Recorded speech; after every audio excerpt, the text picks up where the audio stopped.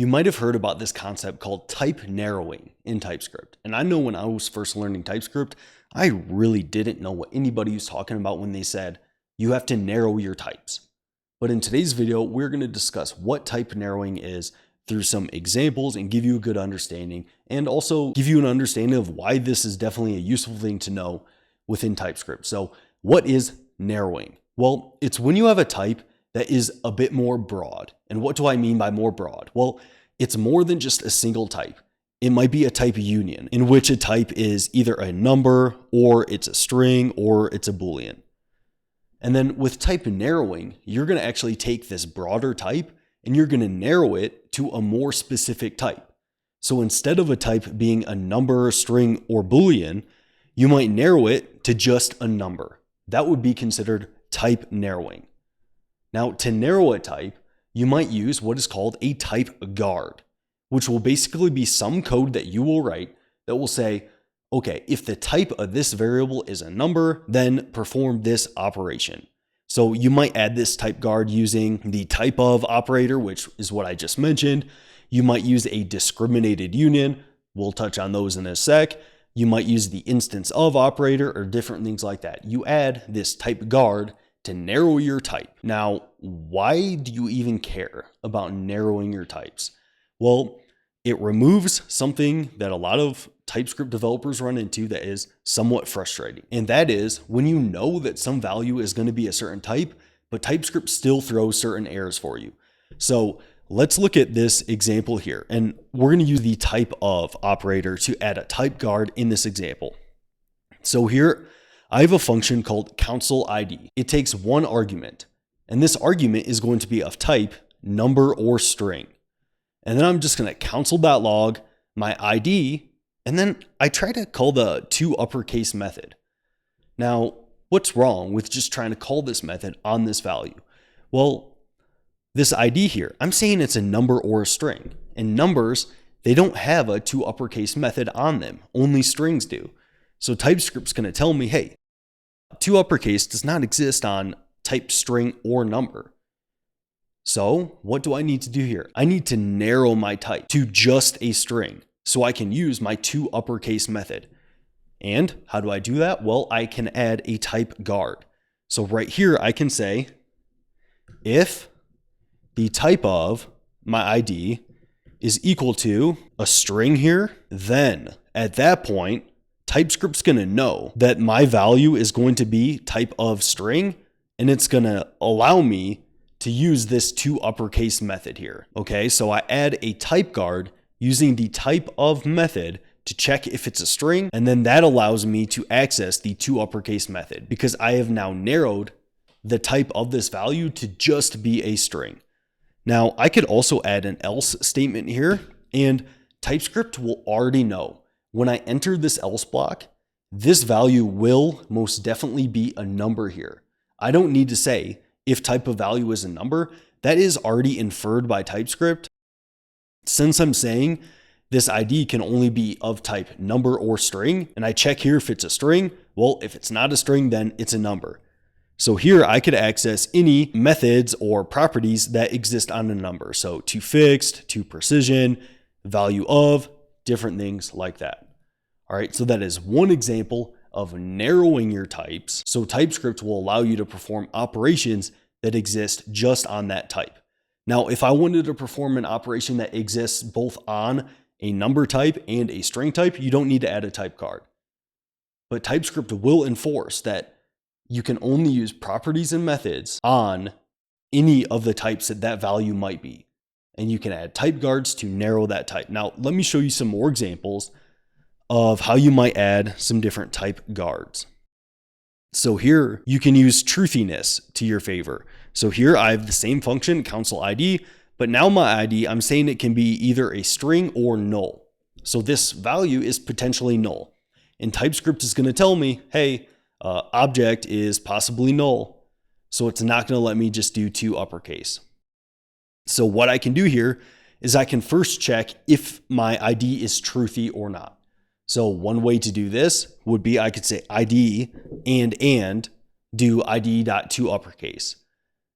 And this and operator, well, if this is a falsy value, it's going to short circuit that and it's just going to return this value here.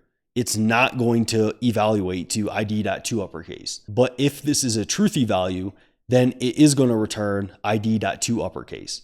So this is one way you could do it. You could also use a ternary operator here. So you could do id question mark, then do id.toUppercase. Else, just return the id. You could also do an if statement here. You could say if id, then id.toLowercase, a method that exists on a string. So you can check for truthiness to add your type guards. Also, you can use the in operator.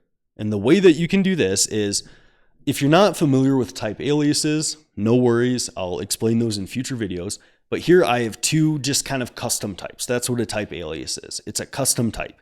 And here I have an object that is going to have a swim method that just has no return value. And that is going to be my type fish.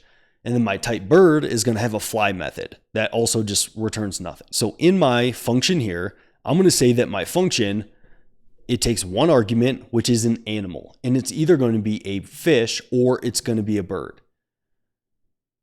So how might I add a type guard here? Well, I can check if one of my methods exists within my object type here. So I'm checking, okay, does swim exist in animal? And if it does, then TypeScript knows that that must be a fish type, allowing me to call animal.swim. But if it doesn't evaluate to true in this if statement, TypeScript already knows that this must be a bird type, since animal is either fish or bird. So then I'm just going to call animal.fly. But I tried to put this animal.swim above my type guard here, you're going to see that I get an error because swim doesn't exist on both of these objects.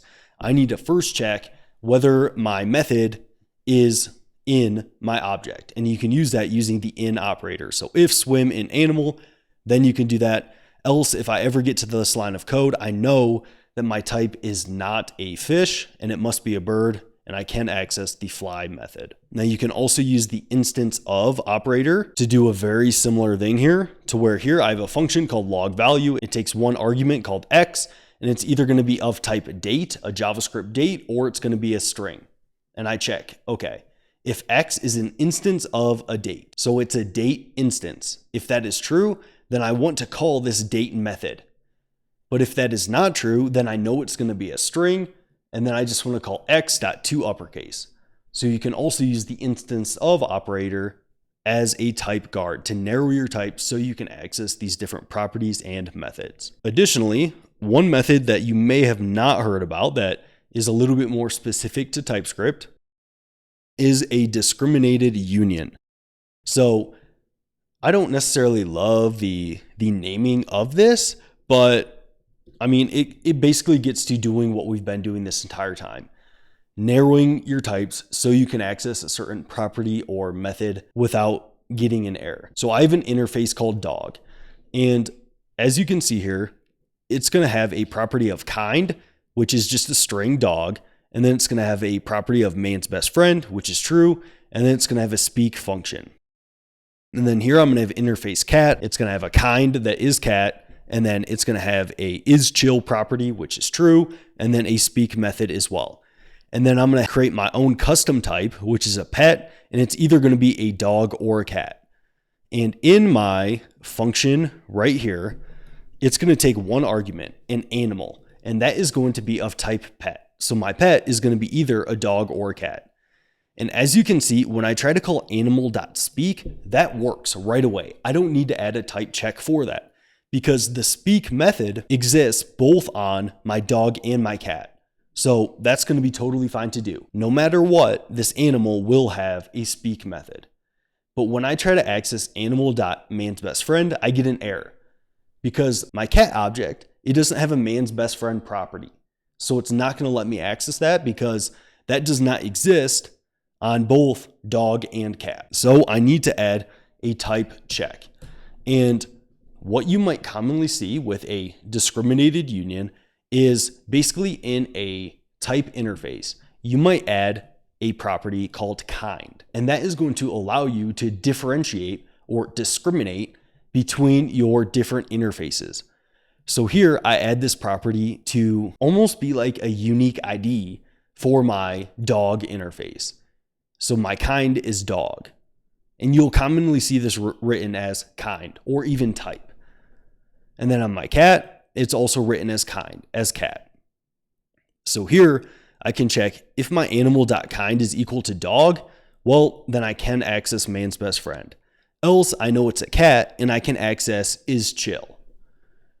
So by using this kind property here, I'm able to discriminate between my union of types here, my two different interfaces, allowing me to narrow my types to access these different properties and methods here. All right. And then also shout out to typescriptlang.org. They have a great page on narrowing that I definitely recommend you checking out for more information. But hopefully that gives you a good idea on just this concept of type narrowing, how it works, and how you can add these different type guards to solve different problems in your TypeScript program. So thanks for tuning in, and I'll see you in that next one.